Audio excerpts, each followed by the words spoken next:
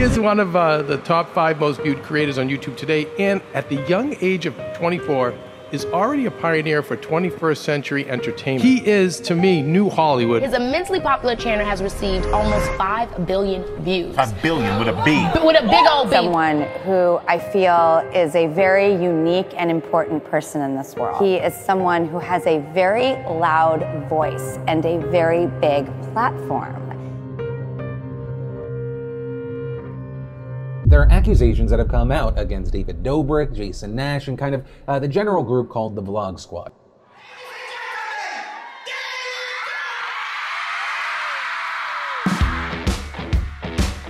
It is kind of like a cult. He's like a cult leader. How do I join? Do I need to make a blood oath? Do I need to sacrifice something? I will join. It just felt like really demonic energy.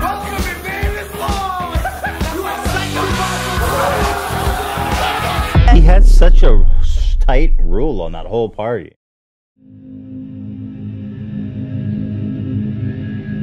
We know who we are, we know our character, we know we're good people, and we know it's not true. From an entertainment perspective, they do a great job of entertaining. I mean, the numbers obviously prove that. But just because you're popular doesn't mean you're like a good person. He's swinging around on the excavator. David Dobrik's driving it, being irresponsible, slams into the thing. He's spinning it way too fast. Of course, he comes back, slams the thing. When you're a creator like David, where the set begins and ends is really blurry. But it is your set. You know, you do have to take responsibility for the environment you're creating on set. People always come up to us and they're like, I'll make out with whoever for the vlog, and it gets scary. What does that say about humans, which is so willing to sexually do something to be a part of something? I don't know what it is, but I regret making that a thing.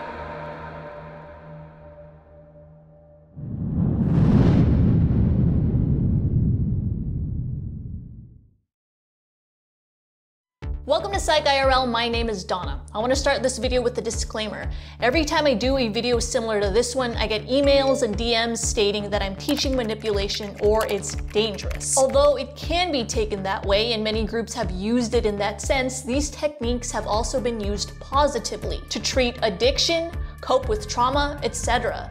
So the methods themselves are neutral, but individuals are the ones who either take them in a negative or positive direction. Some are even used in sales. You could put 3 bodies in there. At the end of the day though, you can also take these techniques and protect yourself from anyone who may use them against you. Also, I have no idea how well the algorithm will treat this video because we will be talking and discussing controversial cults. So I don't normally ask this, but please share it and give this video a like. Okay, so the majority of the theories from this video will be based on the book Combating Cult Mind Control by Steven Hassan, as we examine how to control a group with the Vlog Squad as an example. Is everyone exaggerating when they equate David Dobrik's ensemble to a cult, or is there something more to it? The surge of drama pertaining to popular YouTuber David Dobrik has brought up discussions of weird practices and group dynamics pertaining to the ensemble called the Vlog Squad. The Vlog Squad is a group of content creators best known for their extreme stunts, pranks, and giveaways. Dobrik is usually classified as the mastermind of the group, seeing as he is often behind these extreme ideas. The YouTuber also surpasses his counterparts in terms of follower count. The public opinion has been effectively split down the middle on what constitutes normal behavior and expectations when joining such a group. On one side, you have those who call out the Vlog Squad for cultish behavior, and on the other, you have those who see the behavior as routine in a group such as this one. I think skepticism of this group is warranted. There are too many former members who've had bad experiences with Dobrik and the Vlog Squad. Ultimately, you don't see scandals like this coming out of Vsauce. By perhaps analyzing the systemic structure of cults, we can determine if the accusatory info of David Dobrik is an overblown hit piece or a dark and hidden truth to a brand-friendly organization. Don't you want devoted followers who leave their families for you, give their money to you, give their bodies to you, give up their lives for you, consider you God, and will kill for you? Don't you want to become a cult leader? It would kind of be impossible for me, a third party, to confirm or deny the classification of the Vlog Squad as a cult. The other day you gave me some advice. You told me how to take my music career to the next level, and I decided to take that advice. By getting a face tattoo? I was kidding. Did you get a face tattoo? I did. Oh, thank God. You scared me. It's right here. Obviously, members and former members have access to information outside individuals cannot attain. What we can do is examine the information that has been released publicly from former and current members and infer if the Vlog Squad has similar characteristics to these organizations. Are you Jesus? I am Jesus, yes. No, you're not. Although I do not think Dobrik had intentions of assembling a cult, the environment the group was in are the perfect conditions for one to thrive. I was in this hospital one time visiting my aunt, and I remember looking out the window and thinking how strange it was that a building for the Church of Scientology was directly across from the hospital. I later learned how ideal this was for the church and that the location and environment play an important role in cult recruitment. In a survey of present and former cult members, data indicates that a majority of people being recruited were approached at a vulnerable time of stress in their lives, starting a new job, breaking off a new relationship, experiencing financial instability, or losing a loved one. These parties prey on people's vulnerabilities and disguise themselves as an answer to these people's prayers. So here are a number of things that make this building's location prime for recruitment. Being in front of a hospital is optimal for finding those who are in a vulnerable time of stress in their lives. They are in danger of losing a loved one, or have. They may also be experiencing financial instability because of the unexpected costs of healthcare in the US. Even more ideal is that this building is located in Hollywood. The city attracts transients ready to make their acting dreams a reality. With this territory comes a number of vulnerabilities Scientology is ready to take advantage of. Transients are often starting a new job because of their move, breaking off relationships because of their move, and experiencing financial instability because of the move. When I was homeless, I was standing in line at Central Casting to be a background worker, right?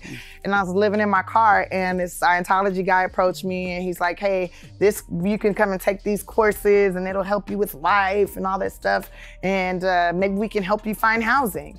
And I was like, shit, I'll go. Scientology's manipulation is even more obvious, as they will offer acting classes to unsuspecting transients. So in this advertisement, it'll say something such as this: how to break into the industry with TV actor Gino Montesinos. In this workshop, you'll find out how to get an agent, how to get a manager, how to get in the Screen Actors Guild. So you may pay $20 to $30 and go to this workshop, where you think you may be meeting a TV actor, a casting director, an agent, but really they are Scientologists, and it's going to be a very quick bait and switch to get you into the Church of Scientology, signed up for a course. Aspiring actors will purchase these courses in hopes it will get them to where they want to be. It's no surprise that Scientology chooses California as its second best location to hold its real estate. The environment is prime for recruitment. The Vlog Squad's environment works in an eerily similar way. Most of the early members were former Vine stars looking to make a name for themselves on social media. This dynamic ticks off quite a few boxes in our vulnerability list. Most members aren't native to California, so moving into a house together is very similar to having a new job. When I first got into the group, I was like 22 years old. I just moved to LA. I was just looking for a cool group of friends that I could kind of work with and collaborate with, that I can also be friends and also, have some sort of other interesting activities going on with. And that group, they were cool people when I met, and I liked what they were doing. In addition, the new move results in the difficulties of maintaining personal relationships with individuals from their hometown, romantic or platonic. The early days of a career in social media aren't lucrative, since view count is inconsistent. This leads to financial instability. Yo, they're shutting down Vine. They will be shutting down. Vine is dead. Found out at one point the Vine was done, like, what am I gonna do now? And we were all in the same boat. Thank God David was there, like, filming vlogs while it was happening, because I honestly do not know where we'd be right now. All these checked off boxes makes members more likely to comply with actions that could possibly get them out of their vulnerable state. These actions most likely include content for David Dobrik's vlog. They make Jason make out with Seth, but Seth doesn't know that it's Jason. He thinks it's like a girl. Yeah, it's happened twice, okay? And so, and I know every time like Jason will like take gay or something, or no, he's not.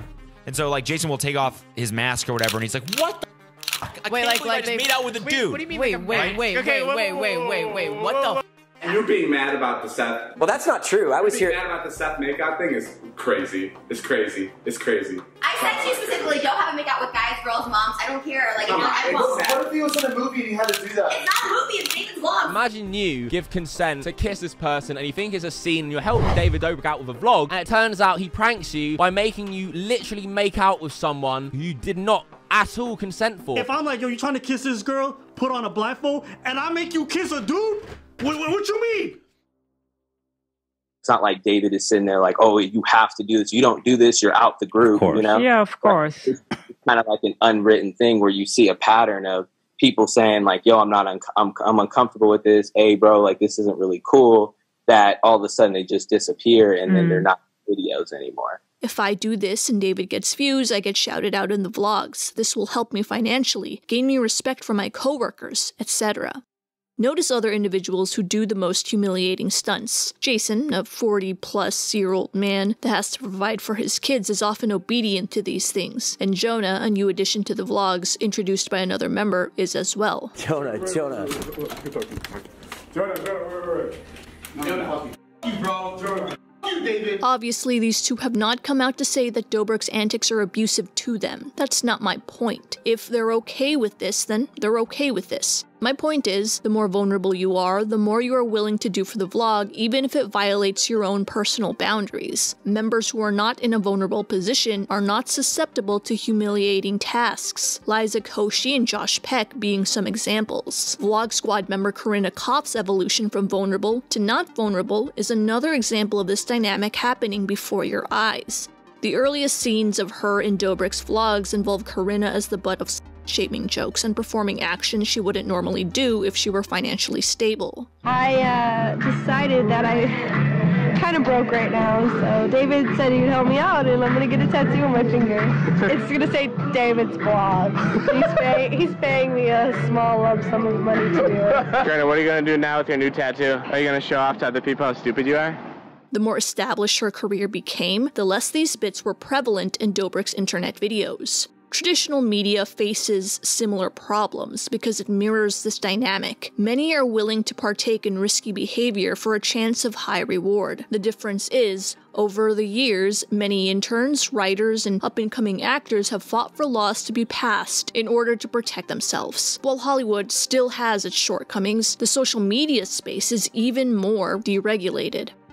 Along with the natural environment the Vlog Squad is placed in, the internal structure of their work environment is very similar to that of a cult's. The desire for these individuals to launch their entertainment industry careers inadvertently creates a work structure that is top-down. Destructive cults are often authoritarian and structurally top-down, with a single leader on top and a smaller inner circle immediately below. At present, Mr. Moon is regarded as a messiah. I shall be God. And beside me there shall be no other. I am the flesh of the Word of God. Since the goal of the Vlog Squad members is to get their follower count up, members naturally fall into place in this structure based on follower count. Members with the highest follower count are on top, while those with lower follower counts fall at the bottom. Reasonably so. This member can ask a lower-ranked member to do something for their video because the lower-ranked member will benefit through exposure, while the higher-ranked member will benefit through low-cost labor. What happens if it were the reverse? This lower-ranked member asks the higher one to make a video. Well, there wouldn't be much incentive for the higher member to partake. They already have more exposure than the lower-ranked member. This is why you rarely see Dobrik partaking in any humiliating scenes, even on his friends' vlogs. David never puts anything bad of himself in the vlogs. Okay. Wait, you know that too? It's me and you. He always gets something bad. Every time one of us does something that's a little bit weird, he always puts it in and he cuts out everything he does says. That's so true. If we edited this vlog, it would look a lot different. Healthy organizations have in place a checks and balances system to prevent any individuals from taking over. Established workplaces have a human resources department. Laws are instituted like the Occupational Safety and Health Act to protect employees. Although this structure based on follower count isn't explicitly verbalized to Vlog Squad members, it's subconsciously followed due to members' desires to further their social media career. David Dobrik even addressed this in his second apology video. And I want to be able to have a place of checks and balances. I want to have HR, and I want to be able to have people communicate discomfort in a way that's comfortable to them.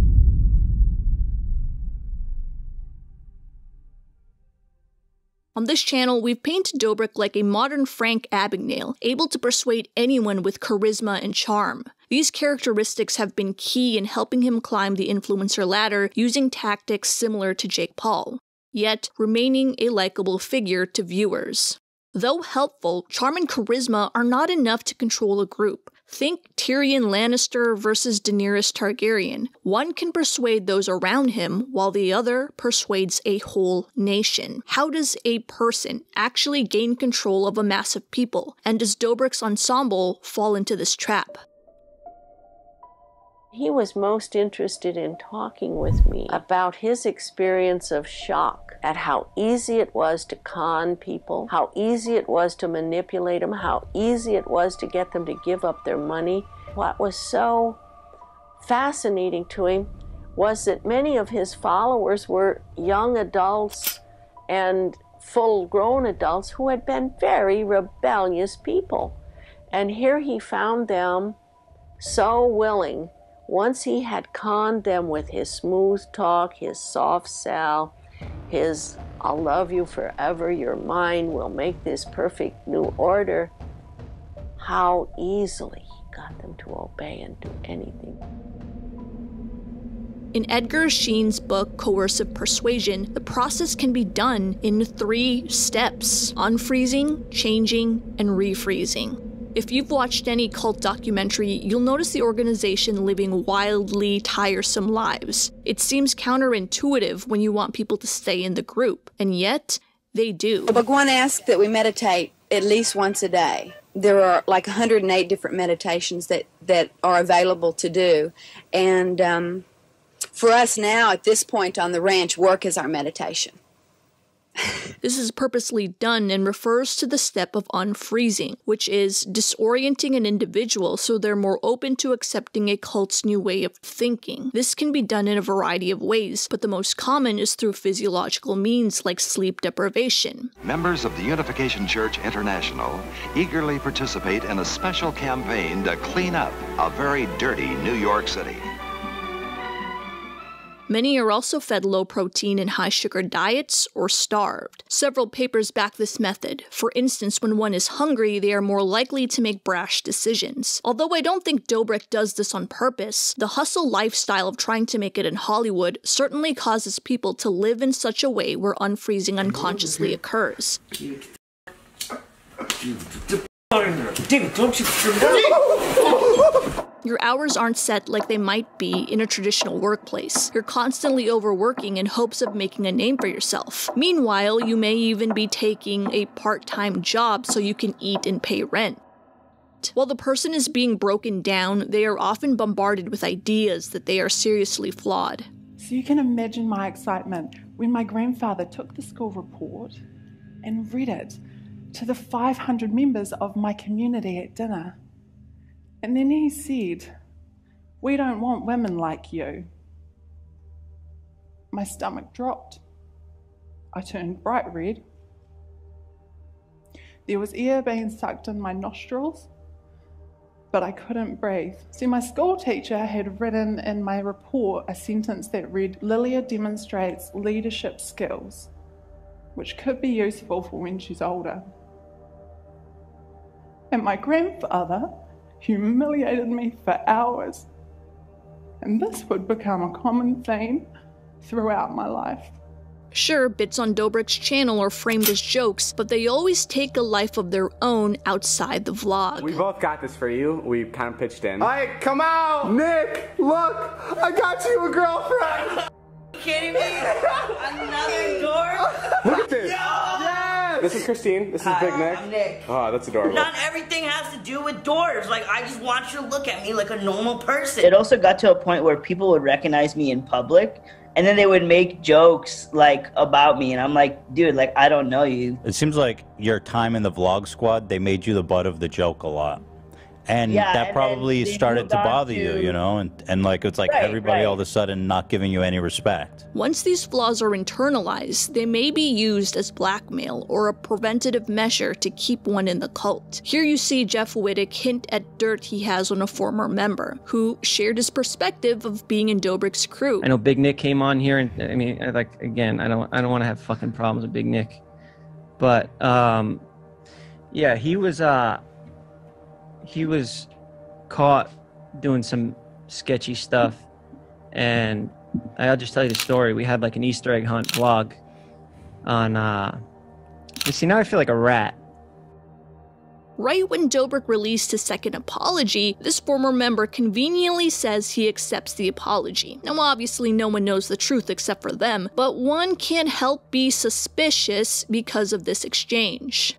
The next steps to gaining control of an individual is changing. Once a person is broken down, it's time for their reality to be changed into that of the cults. So change essentially means the process by which new information is given to the newly broken down person. That can be done through monotonous chants, lectures, and church services. In this stage, cults are able to change your frame of reference through their dogma, making some actions okay in the mind of members. For example, most people in the Western world believe in the equality of genders. Both men and women should be paid the same for the same amount of work. Jobs shouldn't be able to discriminate against someone based on their gender. Let's change the frame of reference to that of a religious one. In the Catholic Church, women aren't allowed to be priests. Despite many of its members in support for equality, this exception to the rule happens because the religion has been able to change the frame of reference.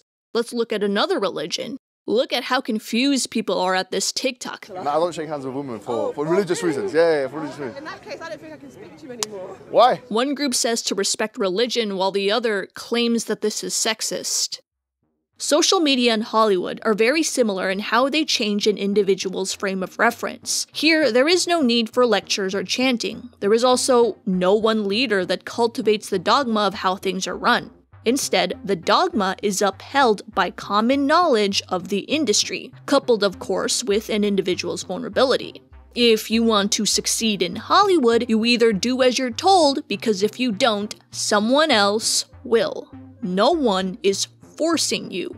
Although that sounds okay in theory, this dogma has resulted in rampant child abuse. For instance, 16-year-old Judy Garland, starring in The Wizard of Oz, was forced to take diet pills and smoke cigarettes so she would lose weight. Because that's just how it is if you want to succeed. Similarly, there is a dogma in social media that is also upheld by common knowledge of how that industry works.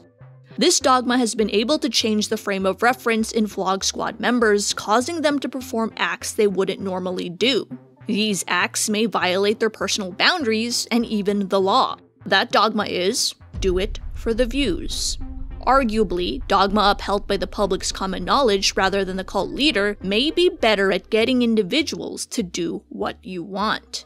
For instance, this Vlog Squad member performs a dangerous stunt despite another member telling him he doesn't have to. He comes near me and he says, dude, listen, you don't have to do this. We already think you're cool enough. Alright, you don't just, it doesn't mean anything. So you can get off the moped anytime you want. Jason saying that made me think to myself, holy crap, dude, I can't back out. This is because the new member wants to be integrated into the group, and he assumes that if he doesn't do anything view-worthy, someone else will. This is all common knowledge of how social media works. I'm doing this for views. But if this happened in the traditional space, it would be stopped immediately. This member was sent to the hospital that resulted in injuries from the stunt. When we got to the ER, when they took him into the room and they had a nurse look at it, she immediately called in another nurse and then another nurse. At the puncture. Yeah, at the puncture, because it was in a very bad spot. It was right by his spleen, right by his kidney. It was in a very dangerous spot. More doctors kept coming over, and they kept asking us, when did it happen? When did it happen? And we're like, it happened about an hour and a half ago.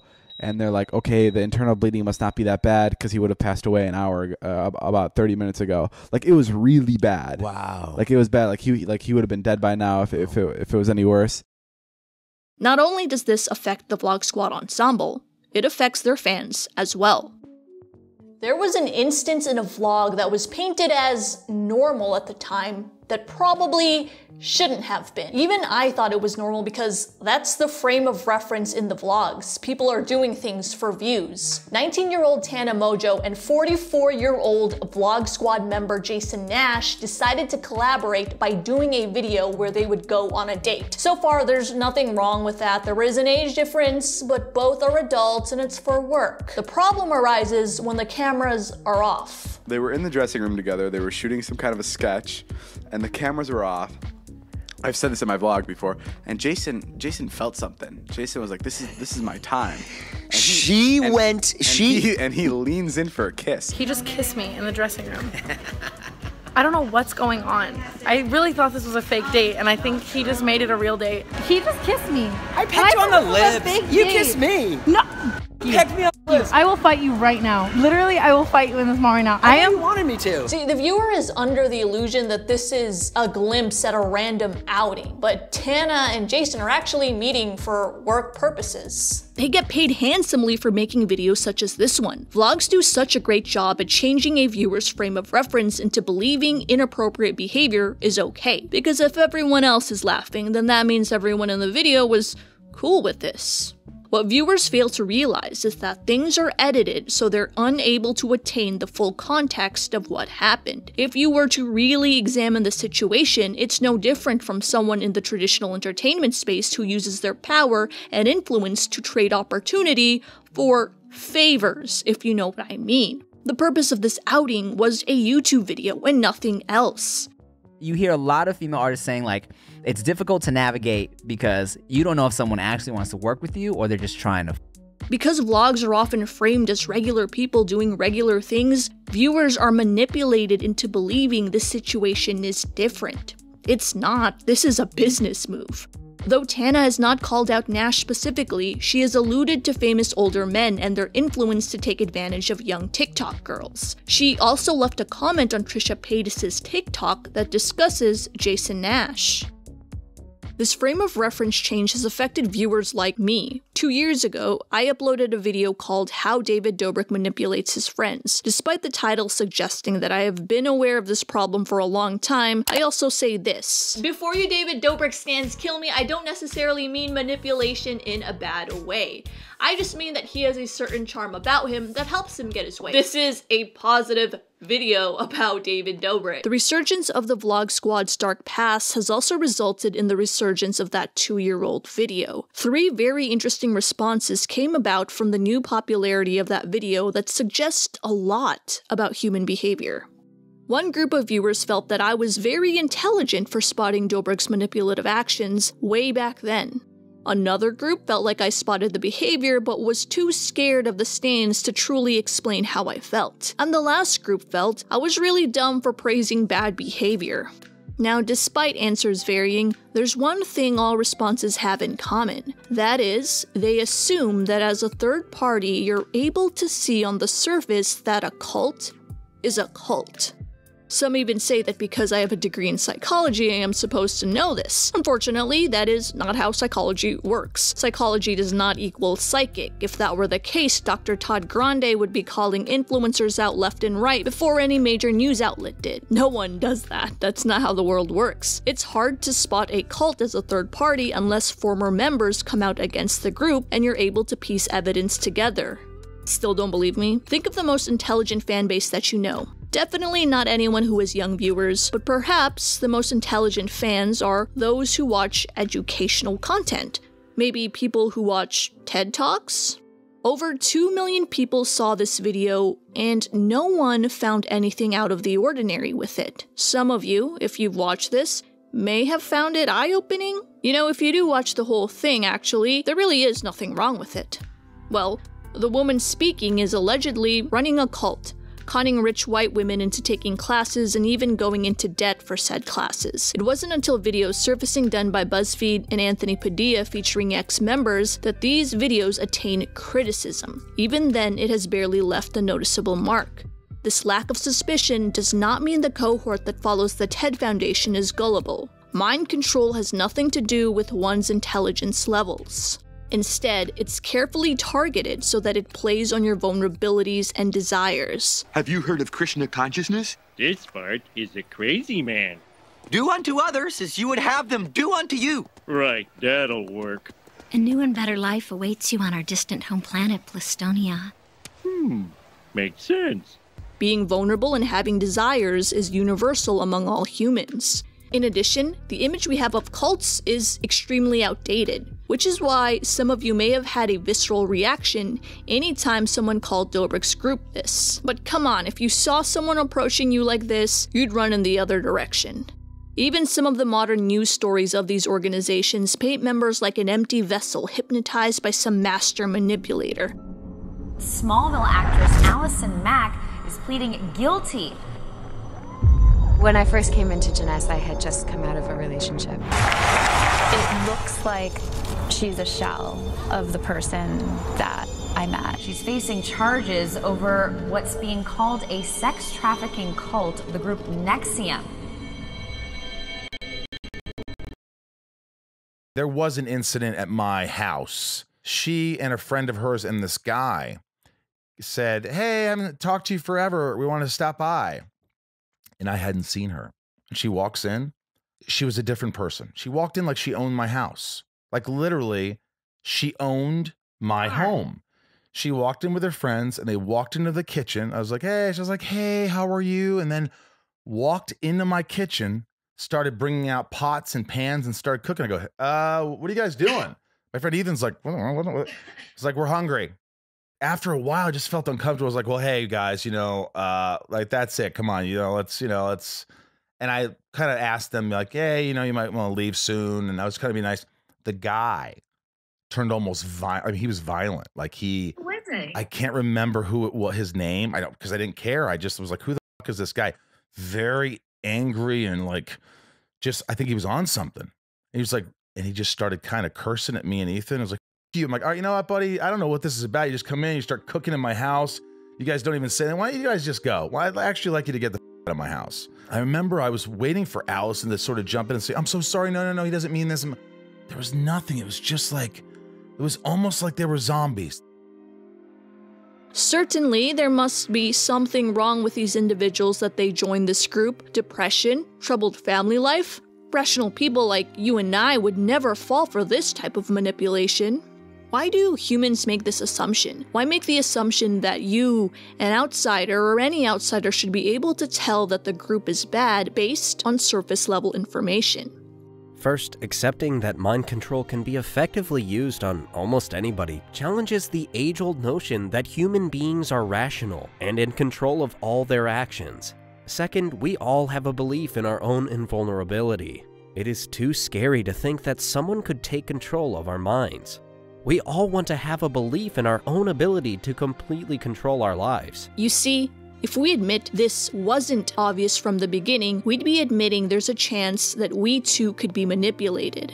That very element is why victim blaming is common in these situations. There must have been something about that person that caused that bad thing to happen to them. Because I don't do that, that bad thing won't happen to me. A big misconception is that you'll be able to spot a cult and you'll be like, "I'm not going to fall for that." But what's surprising about cults is that they can actually come in many forms. It could be a religion, it could be a business, a motivational seminar. No one's gonna walk up to you and be like, "Hey, you wanna join my cult?" People say all the time, don't victim blame, but I don't know if they know what it is they're actually saying. According to Hassan, anyone can be a victim of mind control. So if I were to ask you that question on Instagram, what type of person is easily brainwashed or manipulated, the correct answer should be anyone. Let's see what you said. Woke people. People who are on the internet all the time. A libtard, brother. Hell yeah, they need some education to make them smarter. Kona. Gen Z, boomers. I'm sorry, but Karens. Someone in some kind of vulnerable state. I will say that one translates to anyone because everyone has been vulnerable at some point in their lives and will still continue to be vulnerable at certain times. This answer is also acceptable young children who haven't had time to form their own opinions yet. Insecure people who will do anything to fit in. Weak-minded people, someone desperate for a purpose. People pleasers, insecure people, no strong values of their own. Uneducated, sheltered, naive people, uneducated. To give some of you guys credit, a minority of you did answer with everyone or anyone, literally everybody, as long as you're hearing what you want to hear. Very true. Anybody if you know what's important to them. As you can see, a majority of answers believe people easily manipulated have some sort of defect about them. This couldn't be further from the truth. Remember, when viewers of this TED Talk and whoever was in charge of this thing were fooled. We don't want to believe that we are vulnerable to manipulation as well. So sure, maybe when I made this video 2 years ago, I was able to see behavior that was manipulative, but the frame of reference given to me was one of entertainment, just like Dobrik's other 18 million followers. This was a show, just like Jackass, and everyone gave Dobrik consent. Now that you know cults recruit people from all walks of life, social media changes the frame of reference for the Vlog Squad members and viewers, you begin to see just how damaging comments like "it was obvious" actually are. Not only can you respond by saying, well, if it was obvious, why didn't you make noise in the beginning? Why is this energy coming just now? But it's also one step away from victim blaming. Although I think most of these people are coming from a good place and are not actually victim blaming, their "it was obvious" argument fuels those who actually are victim blaming. Because if it really was obvious from the beginning, victims should be able to avoid situations like this altogether. The reality is, anyone can be a victim of manipulation and cult recruitment. In this case, viewers too are susceptible to whatever the influencer paints their image to be. One more frame of reference the viewer is introduced to is the friend group. Vlog Squad, Team 10, and the Hype House. What do all these groups have in common? Well, they're all friends who moved into one place or a similar area and they make content together. They've also gone through some sort of scandal where their leader was accused of either manipulation, bullying, terrible work conditions, or all three. Is this a coincidence? Maybe not. Again, where is Vsauce's scandal? Although viewers perceive these groups to be friends, it's very difficult for that dynamic to exist when there is an imbalance of power. David he's like the boss, you know, he's the authority figure, he's the person that's in charge, and it's like you're gonna kind of talk to your boss a little differently than you're gonna talk to someone who's just your friend, you know? So I was just trying to communicate with him, like, you know, like, I really didn't like that. Like, please don't do it again. Like, I'm not, you know, interested in being involved in any sort of content like that. I feel like it's wrong. I couldn't really approach the situation like, hey, bro, if you do that again, like, I'm fucking out. Healthy friendships are equal in a give and take relationship. You buy your friend dinner, they may get you next time and buy you lunch. Employer and employee relationships are unequal. The employer tells the employee what to do so that the company succeeds, and the employee does it. My theory about these groups, often started by people in their early 20s, is that having these two types of relationships is a difficult upkeep. While David technically is not their employer, they are incentivized to do his bidding because of the influencer hierarchy we mentioned earlier in this video. While people on the top of the hierarchy feel like their friends are not being their friends because they won't perform a job, individuals at the bottom of the hierarchy feels like their boss is terrible and overworks them. The last step to gaining control of an individual, according to Sheen, is refreezing. The Iceman cometh. This step refers to their cult identity being built to replace their old self. Cult leaders must be sure that the individual's new reality can't be shaken, that their new beliefs and values must be completely internalized. Here they are given a new purpose in life, with new activities. These lima beans are even better than the ones we had for breakfast and lunch. We hate it here, and your family wants to leave. No, we don't, Mother. We love the leader. Coincidentally, the influencer lifestyle most likely does not look like the lifestyle you had back home. To help refreeze the members' new identity, some cults give them a new name. Guys, just to clear this up, My name's Nick. It's not Jonah. The reason they call me Jonah is because that's the first thing David said when I walked in. You know what you remind me of? You remind me of Jonah Hill. Jonah Hill, yeah. Jonah Hill, You're really odd to me, like in a really cool way. Many also changed the person's clothing style, haircut, and whatever else reminded them of their past. The reason why he didn't want us to make YouTube videos solely because he didn't want the characters of his vlogs to kind of like lose track. We all had a certain track in his videos, like a certain life track. Yeah. And he was worried that our videos were gonna kind of like show a different side of you, maybe? Show a different side of us.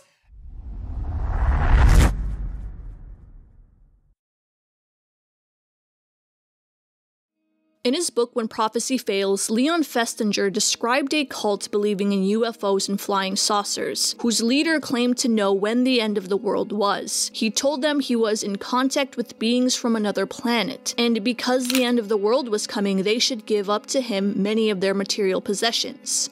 They did. They gave him their homes, their money, while they stood on a mountainside waiting for the extraterrestrial beings to beam them up and save them from the end of the world.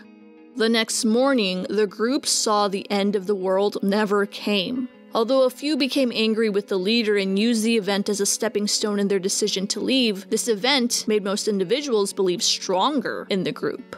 Fast forward to this situation and we see Dobrik's crew follow suit. Although many have spoken up about the toxicity of the Vlog Squad, several events have resulted in members being injured, damaged personal branding, vlogs having violated a number of people. Basically, there is a mountain of evidence that suggests there needs a change. Why do other members still insist on protecting the group? When the story of Seth Francois and the kissing prank without consent first began to pick up wind on the Frenemies podcast, their first line of defense was a video by Scotty Sire, a member not even involved or accused to be involved in a prank. Not only was it strange that a group member decided to address the situation unrelated to him, Sire often used language that was collective. Typically, the Vlog Squad does not address rumors and lies. We know who we are, we know our character, we know we're good people, and we know it's not true, but all right, we're gonna distance ourselves from you now. The video was promptly deleted after receiving backlash. This video was probably the only apology or addressing criticism video where I've seen that the friend made it, and not the actual individual being addressed. In addition, Sire glossed over numerous points the public demanded answers to. It's extremely strange that Sire doesn't see the people he once called friends publicly speak against the Vlog Squad as a red flag. Some of these former members don't even like each other, but their stories line up. Even Jeff Wittick, who was slammed on an excavator during a stunt, continued to see the group's actions as normal. Sure, he's asked David for reparations, such as wanting to see him skydive, but no safety changes to the group. Dr. Amon was like, he brought up a lawsuit, and I was like, no, like, that never crossed my mind. Like, what we were doing was dumb, and I'm dumb for putting my life in David's hands, and what David did was dumb. But just the way I was raised, you know, maybe it's a good thing, maybe it's a bad thing, but I'm loyal. Despite being provided with countless evidence of their group's wrongdoings, members tend to defend him no matter what. This strength in belief can be explained by what Festinger calls cognitive dissonance. When it comes to cults, Stephen Hassan believes it can be better explained by a similar concept called the bite model. The research into cognitive dissonance theory is robust and is used by leaders to control the group. To put it simply, the theory states that humans need to maintain order and meaning in their life through their thoughts, behavior, and emotion. If there is a discrepancy between those three things, dissonance occurs and causes us to find a way to reduce it. For example, let's say you're a smoker and perhaps you behave in a way in which you have a cigarette 3 times a week. You then come upon some heavily researched paper that convinces you all of the negative side effects that comes with smoking. This very event has led to a discrepancy between your behavior and your thoughts, creating what is known as dissonance. You know smoking is bad for you, yet here you are smoking. In order to reduce this dissonance, the individual can change their behavior and stop smoking, or they can change their thoughts and convince themselves that smoking 3 times per week isn't as bad as smoking every day. According to Festinger, if you can change one of these, the other three will follow. This is what makes cults so effective in controlling their members. Many are forced into living situations that control their behavior, which likely leads to their thoughts and emotions following suit. Taking what we just learned about cognitive dissonance, or in this case, the bite model, we can easily see how a leader keeps a group obedient. If you're able to change one of these, the other three are bound to follow. Look at behavior control. It's no coincidence these groups always move into some sort of commune together in the middle of nowhere. July of 1981, an organization known as the Rajneesh arrived in Central Oregon at the community of Antelope.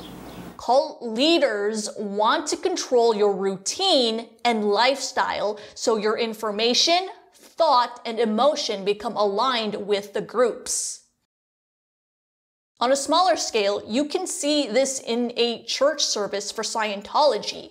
There is footage of the congregation literally playing "Follow the Leader." All you have to do is follow the commandments. Shall we begin? Yeah. Sit in your chair. It's easy enough, isn't it? Sit in your chair. Very good. Sit in your chair. Very good. Sit in your chair. All right. Sit in your chair. Okay, here's the next one.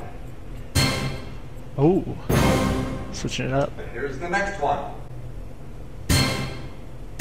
Oh.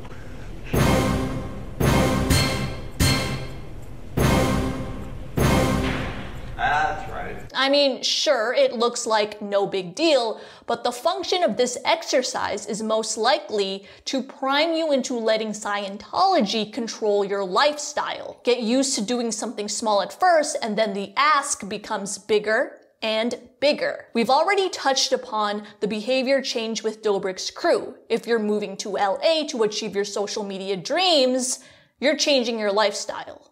In the bite model, Hassan has added information control, which is the regulation of information available to members. Scientology, for example, discourages new recruits from researching anything about the organization online, and that if you want to know something, you must get it directly from them. Like, what do you guys recommend? Like, should I research it and like... Definitely not. That's the worst thing you could do. It's the worst thing? Especially in Scientology. You don't think it's good to sometimes look at the, like, the negatives just to see, like, what their mindset is? Yeah, we usually only deal with truths, which is only found when you observe it for yourself, rather than reading someone else's thoughts. This element in the model isn't really applicable to Vlog Squad individuals. They're all free to have their phones and computers. This is more applicable toward Vlog Squad fans, and it actually describes fans of any influencer. Fans only see moments that have been crafted to show them their favorite celebrity in the best light possible. That's done through editing and branding. If a video gains negative attention, Dobrik's MCN has also been known to wipe the internet of said video. David clearly has some protocol with his MCN with YouTube where if anyone uploads this clip, it automatically gets blocked, which leads me to believe that David is in some form trying to suppress content that makes him look bad. People flip-flopping on the James Charles situation is the best example we have of this. The guy literally went from guilty to not guilty and now back to guilty. Imagine if he went back to not guilty. Damn. This event shows just how much withholding information or making it public can make or break public perception. Thought is the next thing leaders take control of. Using our smoking example, let's say a cult's doctrine requires you to smoke. You begin developing breathing issues as a result, leading you to doubt the doctrine. It is essential for a leader to be in control of that member's doubt before it leads them to leaving. This is done through thought-stopping techniques like chanting and incorporating a new language system. Unless Dobrik and crew have a secret ritual we're unaware of, they have not been known to do weird chants. Just for your knowledge, though, you see this when Scientologists harass people who have left the church. They aren't chanting per se, but they speak loudly and call whoever they're harassing suppressive over and over again. This technique makes it so no outside information is able to penetrate their chants. Nazi criminal, go back to Germany! Nazi criminal, go back to Germany! You're not welcome!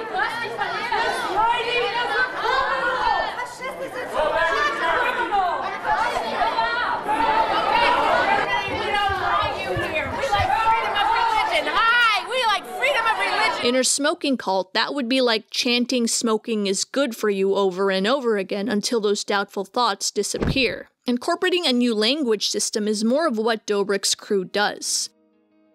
Incorporating a new language system refers to using language to simplify and answer complex problems. In the Moonies, for example, they have something called a Cain and Abel problem. This is used whenever a member wants to question and doubt the group. When that member expresses their doubt, higher-ups will solve it by usually saying, "Oh, that's a Cain and Abel problem." The member will then be instructed to copy their mentor, as this will solve their doubt. It's essentially like telling them you feel sad, and then they'll solve it by saying, well, if you copy this elder, you'll feel better.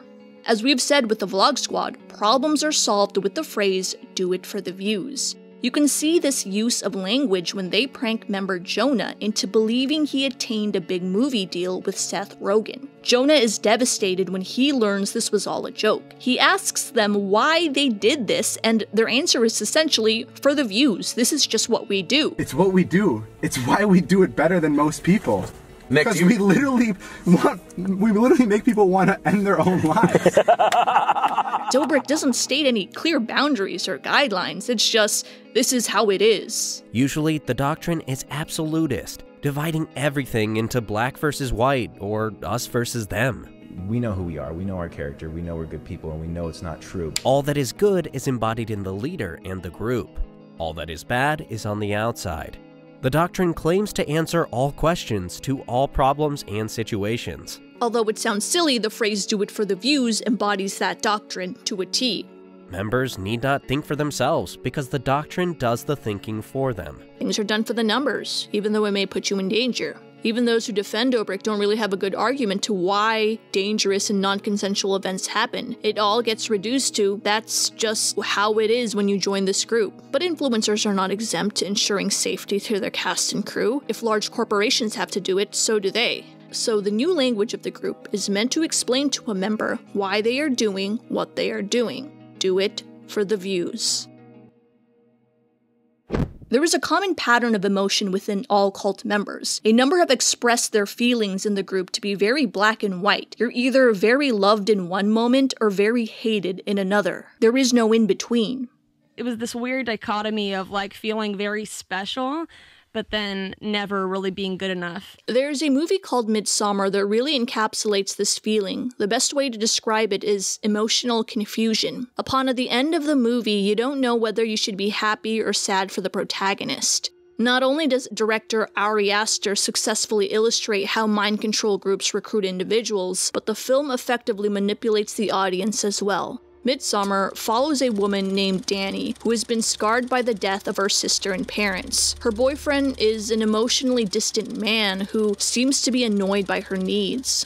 Though he was on the brink of ending the relationship, he reluctantly makes the decision to extend it because of this recent tragedy. Along with his friends, the couple decides to book a trip to attend a midsummer festival in a remote Scandinavian village. At this point is where the viewers begin to be manipulated, reflecting what one may feel in a real-life cult. Dani is enthralled by the culture of this community. They welcome her with open arms and even give her the support her boyfriend doesn't provide. Despite this, their trip gets stranger and stranger when a cult member gets flirty with her boyfriend. There are ominous pictures everywhere. And death. There's lots of death. Whenever they ask to leave, something coincidentally happens that prevents them from doing so. Dani is bombarded by two simultaneous emotions, love and fear. As the Midsummer Festival progresses, their friends are sacrificed by the group one by one. Her boyfriend is manipulated into cheating on her with a girl from the cult. At the same time, the group is the one that comforts Dani from all the tragedy she is facing. This emotional confusion of love bombing and then fear is why viewers were torn in how to feel about the ending of this film. Some viewers were happy that Dani finally found a group that gave her what her boyfriend didn't. I'm not kidding, someone even made a romantic video that shipped Dani and her cult recruiter. The reality of this film is Dani walked from one abusive relationship to another. The emotional control you see in Midsummer is very similar to what Vlog Squad members are put through. They're given money, cars, and fame, so it's constant love bombing. On the flip side, they're put through dangerous stunts. Their reputation is sometimes ruined because they're put through something humiliating. And there are allegations that pay sometimes isn't worth it. So it's a high and low all the time that confuses individuals trapped in cults. Something on my spirit was just like, dude, you gotta get out. Like, this is not normal. And I'm thinking, well, why would I get, like, you know, have those conversations with yourself, like, well, why would I get out? Like, this is the most popular group on the internet. You know? It's even the fans that contribute to this emotional confusion. A woman came forward in an Insider article alleging a Vlog Squad member by the name of Dom Ziglitis of the now deleted video by Dobrik garnered over 5 million views, and at the time, viewers found nothing wrong with it. That's not their fault. It was framed in a way that it was comparable to almost any teen movie where their friends are trying to get each other laid. The reality of what happened that night, though, was much darker. Hannah, an alias used in this article, was under the impression her and her friends were going to film something with talented creators. Instead, they were given alcohol and pressured into a bit that involved a threesome with Ziglitis. Hannah did not consent to this, and in fact doesn't remember what happened because she was given too much alcohol. By the way, the girls were under the drinking age limit. And no other Vlog Squad members have denied this event except Ziglitis. Additionally, there is plenty of evidence to support Hannah's claims. Where the emotional control happens is how the audience reacts. It seemed like I had a super fun night with these famous vloggers, basically, which is not what happened. Every single person that I know is messaging me, "You were in David Dobrik's vlog, that's so cool," or "Oh my god, I saw the vlog you were in." It's difficult to describe how it feels knowing that millions of strangers have seen a video of me in a night that affected me and traumatized me in nearly incomprehensible ways, not knowing that anything was wrong. Imagine getting praise from all these fans. "Ah, you're so lucky. What you did was so cool." But you know the truth of what happened that night. That dynamic must make you start to question your own reality. Like I said near the beginning of this video, we can't classify the Vlog Squad as a cult because we don't have access to all the information. What I am sure of is how the drive for social media fame can create an environment for a cult to thrive. The Vlog Squad certainly has a number of those characteristics. As more groups like this rise due to the lucrative nature of social media and the zeitgeist of the 2000s bringing on a different set of societal worries, it's imperative to take notes on the patterns of what makes up a cult. Just as the 70s and 80s saw a boom in new age spiritual cults taking advantage of those who were anti-war, the 2000s also brings to light new vulnerabilities for cults to take advantage of. With millennials and Gen Z being the poorest of their generational counterparts, cults are likely taking the form of groups promising career successes and wealth. We already see suspicions taking place in those industries. People have called WeWork very similar to a cult. There are MLM groups that have similar accusations, and certain self-help gurus face the same criticism. With the internet as an added factor, we may be part of that cult without even knowing it. At this point, you shouldn't be surprised that Hollywood also has a very culty vibe, and it's most likely due to the nature and environment of this whole industry. Like, all the things we've talked about play into that whole thing as well. That's the end of the video. I'll see you guys next time. Stay psyched.